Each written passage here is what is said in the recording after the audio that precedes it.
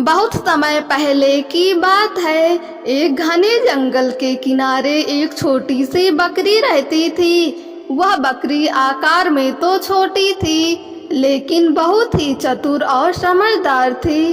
वह हमेशा शांतिपूर्ण जीवन जीती थी और जंगल के नियमों का पालन करती थी। उसका जीवन साधारण था, लेकिन एक दिन उसके साथ एक ऐसा हादसा हुआ जिसने उसकी चतुराई की मिसाल बना दी।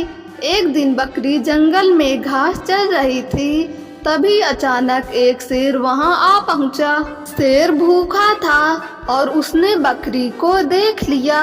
उसकी आंखों में चमक आ गई और वह बोला, आज तो मेरा शिकार तैयार है, अब तू मेरे भोजन से बच नहीं सकती। बकरी डर तो गई, लेकिन उसने हार मानने की बजाय अपनी चतुराई से शेर को मात देने की ठानी।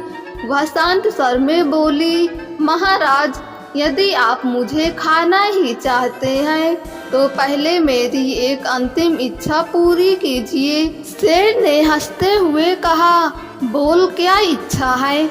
बकरी बोली, मैं जानती हूँ कि जंगल के राजा आप हैं, लेकिन मैं चाहती हूँ कि जब आप मुझे खाएं तो पूरे जंगल को पता चले कि शेर ने एक बहादुर और चतुर बकरी को खाया है।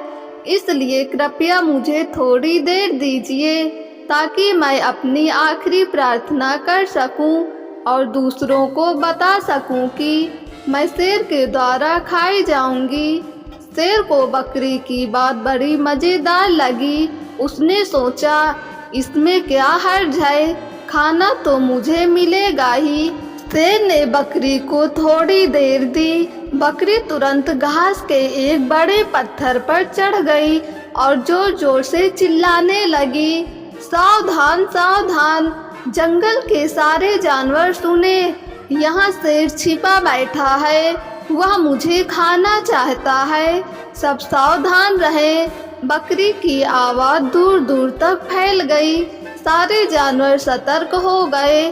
पास के शिकारी भी उस आवाज़ को सुनकर उस ओर आने लगे। शेर यह देखकर घबरा गया और भाग खड़ा हुआ। बकरी मुस्कुराई और मन ही मन बोली, चतुराई से संकट को भी अवसर में बदला जा सकता है। समझदारी और धैर्य से कोई भी कठिन परिस्थिति हल की जा सकती है। कभी भी डरकर हार नहीं माननी चाहिए। यदि हम शांत चित्त से सोचें तो बड़ी से बड़ी मुसीबत से भी बाहर निकल सकते हैं। इस कहानी से हमें यह सीखने को मिलता है कि शारीरिक शक्ति से ज़्यादा महत्वपूर्ण होती है बुद्धि और चतुराई। चाहे परिस्थिति कितनी भी कठिन क्यों ना हो, सही सोच और आत्मविश्वास से हम किसी भी खतरे से बच सकते हैं। दोस्तों, अगर आपको ये कहानी पसंद आई हो तो हमारे YouTube चैनल को सब्सक्राइब करके बेल आइकन को क्लिक कर दें ताकि वीडियो का नोटिफिकेशन सबसे पहले आप तक पहुँचे।